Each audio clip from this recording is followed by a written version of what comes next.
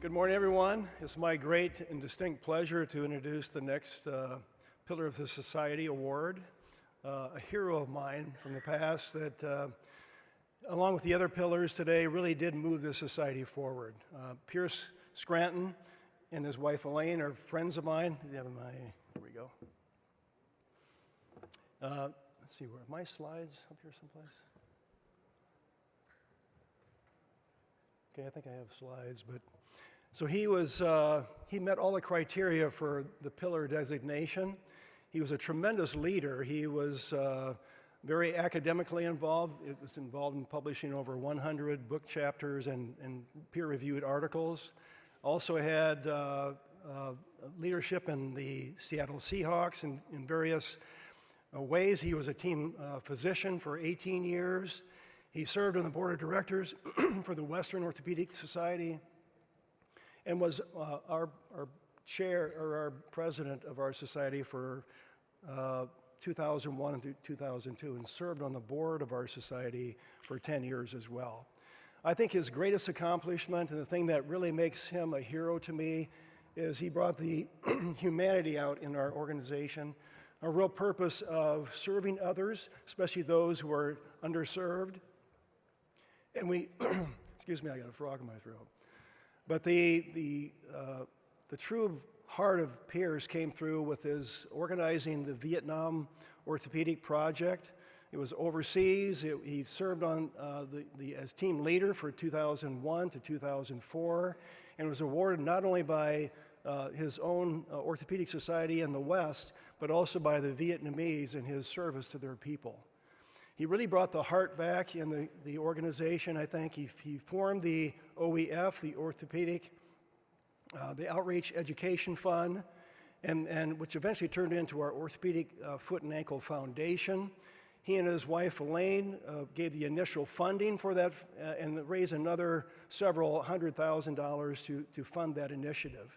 And that heart of service for many of our members lives on now through the OFAF, and I just want to thank Pierce for for what he's done for me personally to be a witness to how you really should serve other people. That's why we're physicians, that's why we're surgeons, this is what we do, and he brought that home. So I want to introduce to you a pillar of our society, Pierce Scranton.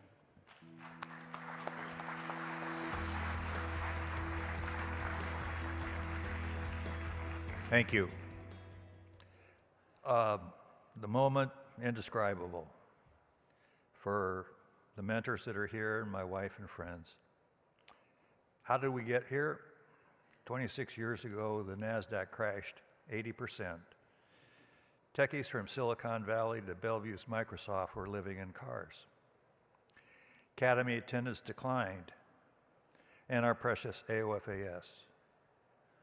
What would the future bring? And in the midst of that, I entered the presidential line. What would be the legacy? My first thought, protect. The society's lifeblood was dependent on dues-paying members. We had no industry relationships, and, sorry, got an eye that waters. And I envisioned a separate foundation, a three-legged stool, education, research, and humanitarian service.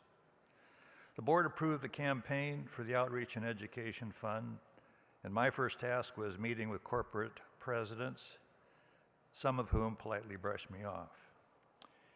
But at my 2001 inauguration, Michael McBrayer and Les Cross from the Donjoy Corporation pledged the first $100,000. And this move opened the floodgates of industry who believed in our mission and an ethical partnership. Humanitarian aid lit the fuse that launched the foundation. No other society had it.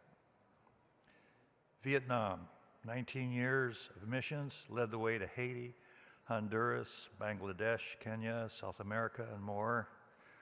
We went from no research funding to this year's $258,000 in grants, and we didn't ask Dodge for permission. No permission either to fund the traveling fellows for the last 2 decades. I must thank three people. When Zan Lofgren became the new executive director, she had a full plate. She could have let the OEF slide. She embraced it. Thank you, Zan. The AOFAS isn't a last man's club.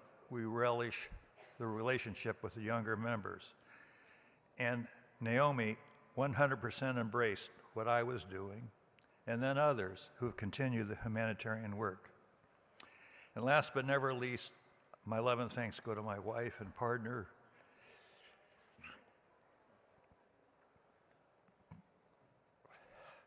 of 53 years, Elaine.